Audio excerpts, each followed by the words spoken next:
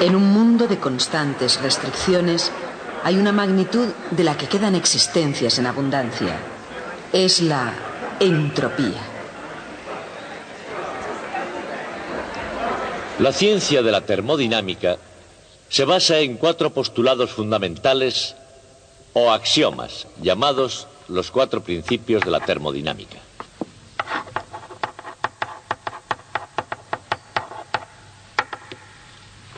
De esos 4 principios, el segundo fue el primero que se descubrió. El primero fue el segundo en descubrirse. El tercer principio que se descubrió se llama principio cero y el cuarto se llama tercer principio. Pero todo eso tiene perfecto sentido porque la termodinámica es la más implacablemente lógica de todas las ciencias. Les diré brevemente lo que son esos 4 principios.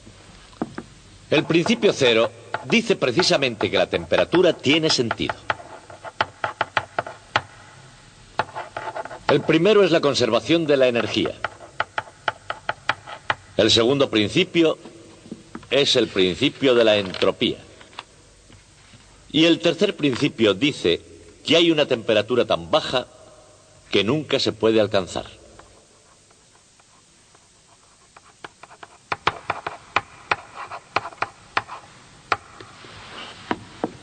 A partir de esos 4 principios se han deducido no solo las propiedades de la materia, sino el destino último del propio universo. Pero si queremos llegar a alguna parte, será mejor que empecemos.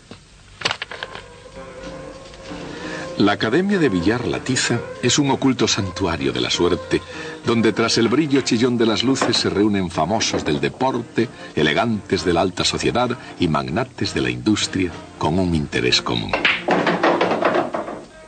Uno podría preguntarse cómo se las han arreglado esos caballeros para que sus nombres no salgan en los periódicos y no digamos en las revistas especializadas.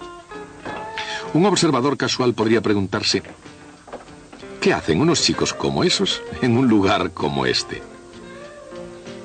Pero para los que están en el secreto, su objetivo es evidente. Investigan las leyes de la termodinámica.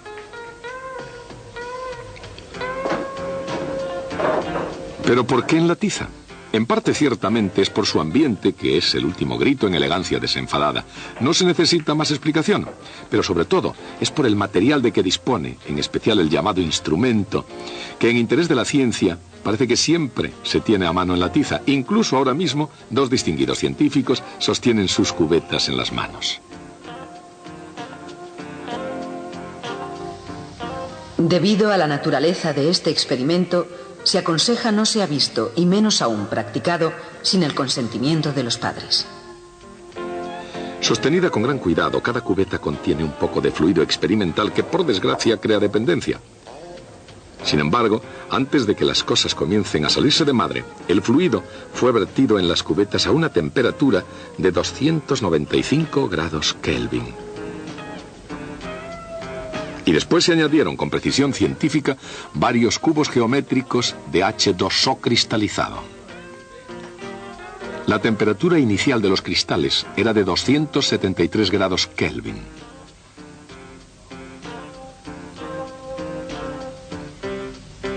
Con el tiempo, el calor del fluido caliente pasa a los cubos, pero el hielo, por el contrario, no se calienta. Los cubos no se derriten inmediatamente, lo cual suscita una controversia científica que, naturalmente, hace que sean necesarias más pruebas.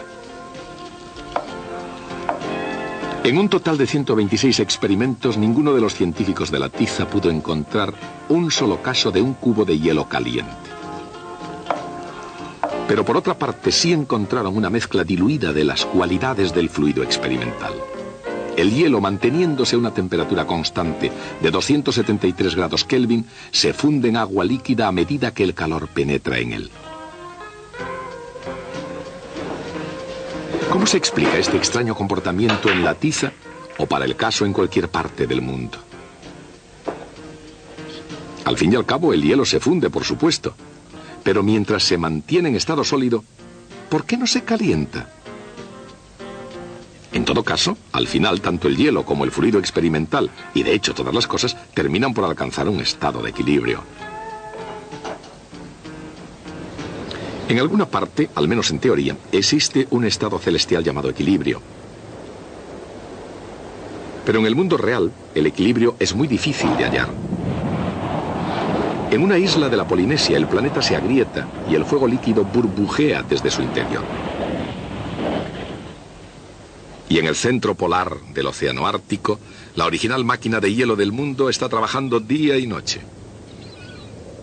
En el profundo y oscuro corazón de la zona ecuatorial, el sol abrasa una sabana con implacable regularidad. Y a muy poca distancia, un líquido se mueve con estruendo por entre las rocas hacia abajo. Ciertamente, desde el principio, a través de ella y hasta sus confines, la propia Tierra es una gran máquina, una fábrica que nunca deja de funcionar, que nunca hace una pausa ni se pone en huelga. La máquina de la naturaleza, una central impulsada sin interrupción por la energía ilimitada del Sol.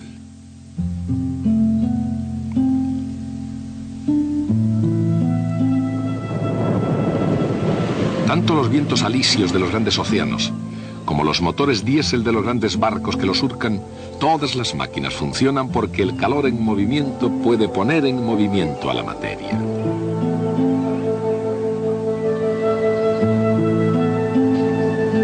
Durante varios siglos, la máquina térmica se ha extendido a lo largo y a lo ancho del mundo. Pero tanto en el pasado como en el presente, el calor solo se mueve en una dirección, desde la temperatura alta hacia la temperatura baja. La existencia de cualquier máquina en la Tierra, incluyendo la propia Tierra, depende de que una de sus partes esté funcionando a una temperatura más alta que la otra. En la máquina de la naturaleza, por ejemplo, fuertes corrientes son impulsadas a través de la atmósfera de la Tierra a causa de la diferencia entre la temperatura del ecuador y la temperatura de los polos. Desde un polo a otro polo, y desde una máquina a otra máquina, el principio es siempre el mismo. En este vehículo es la diferencia entre la temperatura de la mezcla de gasolina y aire explotando en los cilindros y la temperatura del agua circulando por un sistema de refrigeración. Las máquinas de vapor operan entre la temperatura alta del fogón y la temperatura baja de la atmósfera. Cuanto mayor sea la diferencia de temperaturas, cuanto más caliente esté una parte de la máquina y más fría la otra, mejor funcionan. Si deja de fluir combustible y la parte más caliente de la máquina se enfría, esta se para. Evidentemente, eso puede causar dificultades.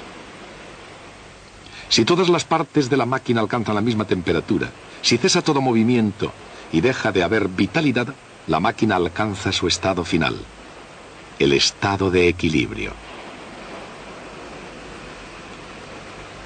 Desde una perspectiva científica, ¿cuál es el aspecto general? En este cálculo de dinámica molecular, cada par de átomos han sido programados para que actúen entre sí con una auténtica fuerza interatómica. Entonces, ¿qué es lo que sucede realmente cuando un cuerpo caliente entra en contacto con uno frío? La energía térmica se propaga desde el cuerpo caliente al frío hasta que ambos alcancen la misma temperatura. Este es el estado de equilibrio térmico. A primera vista, el equilibrio térmico parece diferente de la idea mecánica de equilibrio estable que impide que un cuerpo caiga. Pero veámoslo más en detalle. Cuando un cuerpo que cae choca con el suelo, cada rebote es menor que el anterior. ¿Y por qué es así? Es así porque la energía cinética del cuerpo, como un todo, se va transformando en el caótico movimiento de los átomos que lo componen.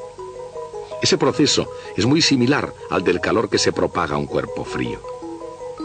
El resultado final es el mismo. Con el tiempo, toda la energía disponible se llega a distribuir como energía cinética y potencial de los movimientos aleatorios de todos los átomos. Por lo tanto, aunque la idea de equilibrio parece lo definitivo en paz y serenidad, esa perspectiva oculta el agitado movimiento de los átomos en el interior. Así que entender el equilibrio es cuestión de perspectiva, de mirar más dentro y más allá.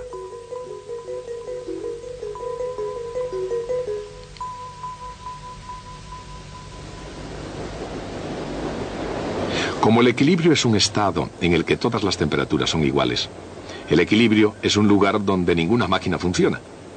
No hay géiseres lanzando sus chorros, ni volcanes en erupción, ni cataratas de agua. Las grandes máquinas no quieren funcionar y las pequeñas no pueden. En todas partes la naturaleza parece impulsada hacia el estado de equilibrio. Cuerpos calientes y cuerpos fríos luchando por conseguir la misma temperatura. Y cuerpos que caen convirtiendo un trabajo muy bueno en calor inútil.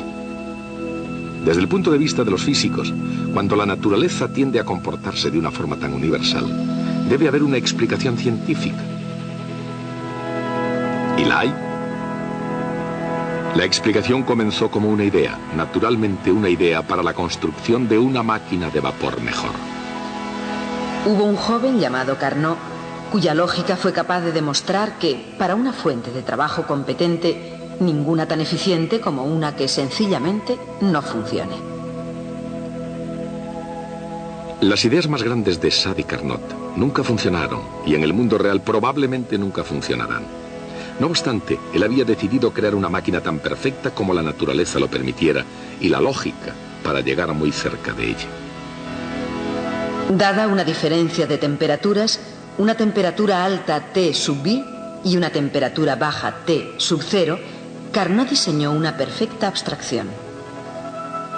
La máquina de Carnot toma calor Q sub B a la temperatura alta, convierte una parte del trabajo W y expulsa el resto, Q sub 0, como calor a la temperatura más baja.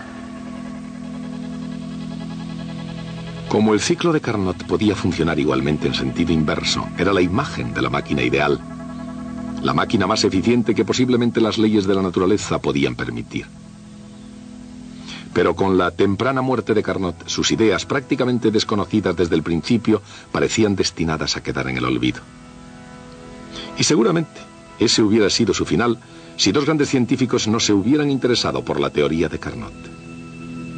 Rudolf Clausius, físico alemán, y William Thomson, profesor de filosofía de la naturaleza en Glasgow, que más tarde se convertirá en Lord Kelvin. Rescatados los manuscritos originales de Carnot, de esas mismas páginas nació la ciencia de la termodinámica. En el razonamiento de Carnot, Clausius y Thomson observaron un hecho asombroso. Lo vieron en términos de una simplicidad matemática asombrosa.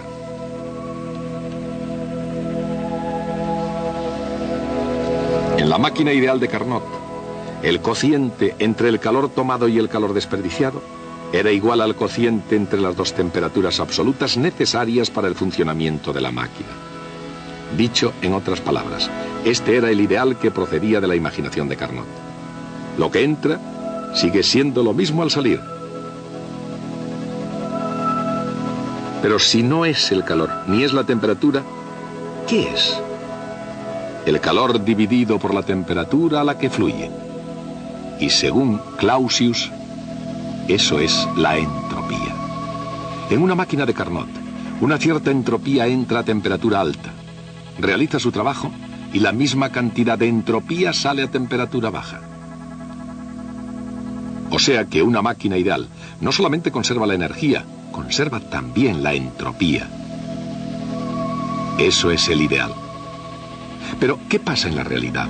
En el mundo real. ¿Qué sucede realmente con la máquina jadeante y rechinante? Por un lado, todas las máquinas conservan la energía. El trabajo es igual a la diferencia entre el calor que entra y el calor cedido. Pero, utilizando las mismas temperaturas, la máquina real produce menos trabajo que la máquina ideal de Carnot. Realiza menos trabajo y desprende más calor. Así, aun cuando la entropía que entra pueda ser la misma que en la máquina de Carnot, la entropía que sale es mayor. Eso es un hecho asombroso.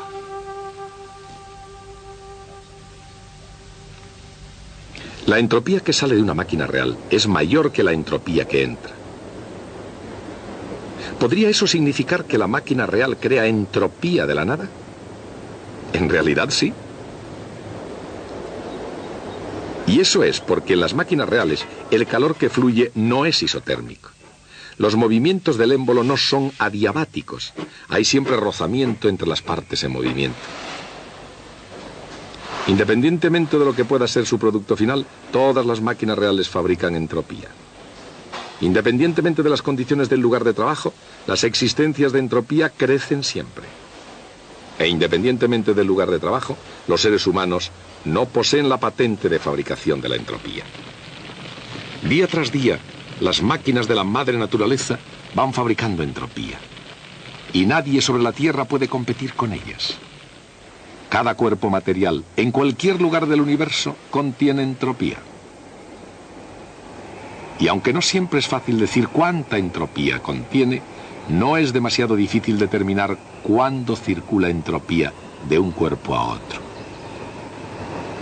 Si el calor sale de un cuerpo a la temperatura T, la entropía del cuerpo disminuye en Q partido por T.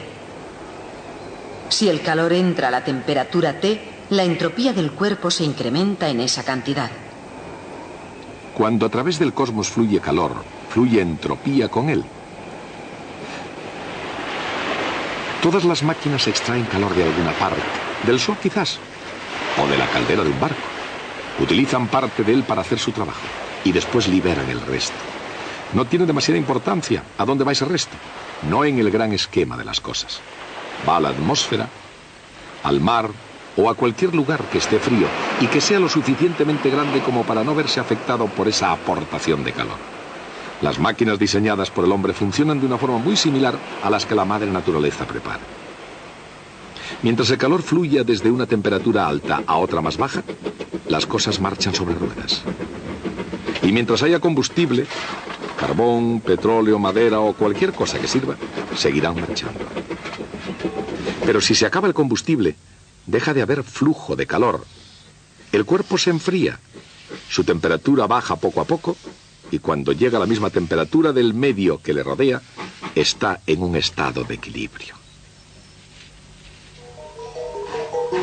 Siempre que circule el calor y un cuerpo caliente esté más caliente que el cuerpo frío, aumentará la entropía y continuará aumentando hasta que no pueda suceder otra cosa, hasta el estado de equilibrio. Cuando esto ocurre, la entropía no crece más. Dicho de otro modo, el estado de equilibrio es el estado de máxima entropía. Todos los procesos de la naturaleza se pueden ver siempre por todo el universo como una constante marcha para aumentar la entropía. Y aunque esos hechos hayan sido comprobados en la mayoría de los circuitos científicos, algunos investigadores no cesarán en su empeño. Quizás sea porque hay un hecho que todavía deja perplejos a los más curiosos. Aunque el hielo se funde cuando recibe calor procedente del fluido experimental, no se calienta mientras algo de él quede en estado sólido. ¿Por qué? Un flujo de calor produce la transformación del hielo en agua a una temperatura constante. Por consiguiente, mientras el hielo se esté transformando en agua, la entropía del agua está aumentando. Y así, el agua es un estado de más alta entropía que el hielo. En realidad, cualquier sólido es un estado de más baja entropía que el de la misma materia en forma líquida. El líquido es un estado de la materia más caótico y desordenado que el sólido. Tiene mayor entropía. En la Tierra y en el mar, o en el mar y en la Tierra, o en cualquier lugar del universo, entropía creciente significa tosquedad y desorden creciente. El propio hielo, un sólido cristalino, es un estado de la materia en el que las moléculas existen en una estructura proporcionada geométricamente simétrica. En un sólido, cuando los átomos se agrupan en la configuración más favorable, las moléculas se organizan de modo que reduzcan al mínimo su energía potencial. El agua presenta un cuadro diferente. Recuerden, las moléculas de líquido son caóticas, desordenadas, dispersas y desorganizadas. Evidentemente, las moléculas líquidas no minimizan su energía potencial como lo hacen las de los sólidos. Y así los líquidos no solo tienen más entropía que los sólidos, también tienen una energía potencial mayor y por tanto más energía total. ¿Fundir o no fundir? Esa es la cuestión. Si la dinámica no está completamente clara como un cristal, en este caso como un cristal de hielo, considerémoslo desde el punto de vista del cubo de hielo. Cuando el hielo se funde, se convierte en agua, un estado de mayor entropía. Y eso está bien, porque a la naturaleza le gusta precisamente que aumente la entropía. Pero un momento. Antes de fundirse, antes de transformarse en agua, el hielo debe también aumentar su energía, por lo cual requiere extraer energía del resto del universo. Pero si esa energía calorífica fluye desde el mundo hacia el hielo, se reducirá la entropía del resto del universo. Y eso no está bien. ¿Es muy malo? La entropía del resto del mundo disminuye en la cantidad. Energía que fluye dividida por la temperatura. Recuerden que la naturaleza siempre necesita aumentar la entropía. En este caso, la entropía del hielo más la del resto del universo. Si la temperatura fuera muy baja, sería ciertamente muy malo. Fundir el hielo produciría un gran descenso en la entropía de todo el universo. Y si la temperatura fuera muy alta, no sería tan malo. La entropía del conjunto aumentaría cuando se funde el hielo. Eso es por lo que, en el gran esquema de las cosas, el hielo nunca se derrite a temperatura baja. Y el hielo nunca existe a temperatura más alta. Mientras tanto, de vuelta a la tiza, por no hablar del universo en su conjunto, hay en alguna parte una temperatura intermedia que no favorece al hielo ni al agua. Es la única temperatura a la que el hielo y el agua pueden coexistir. Eso explica por qué esas cubetas científicas no se calentarán hasta que todo el hielo se haya derretido. Así, en el lenguaje científico de la tiza, la magnitud que la naturaleza se esfuerza por maximizar no es solamente la entropía del hielo. A una determinada temperatura es la entropía menos la energía dividida por la temperatura del hielo. A medida que la energía de cualquier muestra menos la temperatura multiplicada por la entropía disminuye, la entropía de todo el universo aumenta. E menos T por S es la energía libre. Aunque no hay algo así como comida libre, sí hay una gran cantidad de energía libre. Cada partícula de materia en el mundo hace que su propia parte de energía libre sea lo más pequeña posible. Eso es lo que se requiere para maximizar la entropía del universo. De modo que tanto dentro de los confines de una cubeta científica como por todo el universo, la ley del crecimiento de entropía dirige a la materia desde el orden al desorden. Durante algún tiempo se ha pensado que la entropía creciente en el universo conduciría al propio universo a un estado definitivo de desorden. Y a eso le llaman la muerte térmica del universo. No parece un buen porvenir. Es una noción provocadora, al menos peligrosa. Y queda aún la cuestión: ¿hundirá toda esta entropía creciente al universo en un estado de caos total? Si es así, no sería la primera vez que se descubre el destino del universo en un vaso de whisky con hielo.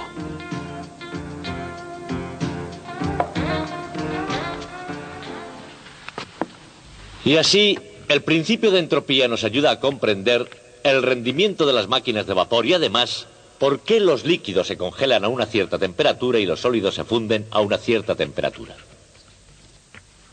Pero hay alguna gente que creen que tiene un significado más profundo y piensan que el principio de la entropía define la dirección del flujo del tiempo. Voy a explicarme. Supongamos posible ver un choque entre dos átomos. Un átomo podría venir así y salir por aquí, y el otro átomo, tras chocar con él, sale en esta dirección. Bien, si vieran una película de esta colisión, no serían capaces de decir si la película se ha proyectado hacia adelante o hacia atrás. Porque a nivel microscópico, la ley de la entropía no se aplica. Las leyes de la física funcionan igualmente en un sentido o en el inverso.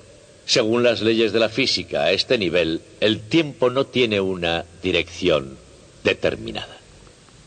Pero en lugar de eso, supongamos que ven a alguien dejar caer una pelota desde una torre.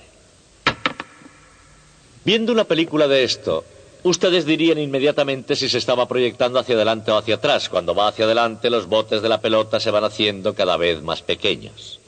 Si vieran que se hacen cada vez mayores, sabrían inmediatamente que la película iba hacia atrás. Bien, pues lo que ocurre en ese caso es que la energía de la pelota se va convirtiendo en calor, y eso aumenta la entropía del universo.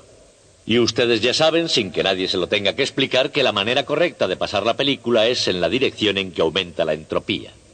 Y eso es lo que determina la dirección del curso del tiempo. Y de igual manera hay quien piensa que el segundo principio de la termodinámica determina la dirección del curso del tiempo. Pero otros dicen que el segundo principio es una mera tautología. La entropía aumenta con el tiempo y el tiempo aumenta con la entropía. Luego, ¿qué hay de nuevo? Yo no pienso así. Comprendo perfectamente en qué dirección corre el tiempo y naturalmente pienso que el nuestro se ha acabado. Así que hasta la próxima vez. O, si la entropía disminuye, hasta la vez pasada.